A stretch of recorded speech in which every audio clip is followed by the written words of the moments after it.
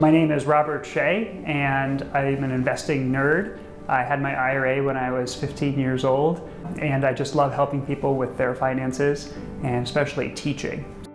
And by bringing teaching and finance and investing together, I've created my own business, Fireside Finances. The goal of Fireside Finances is to run corporate workshops and events where people can learn in a comfortable, engaging, and dynamic environment. Senior managers love bringing me in as well because I can run a specific workshop just for their team. What makes me different from other financial wellness providers is one, it's in my blood. I'm super passionate about this topic.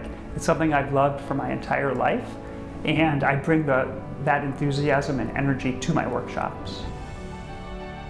When I run a workshop for employees in their 50s and 60s, the resounding theme is that they always wish they started thinking about retirement back in their 20s and 30s. So we can't turn back the clock for those employees, but what we can do is give this information to younger employees in their 20s and 30s and set them off on a path of financial freedom and improve their lives forever.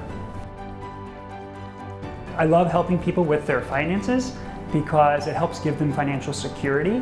And when people have financial security, they get to pursue what they love doing in life.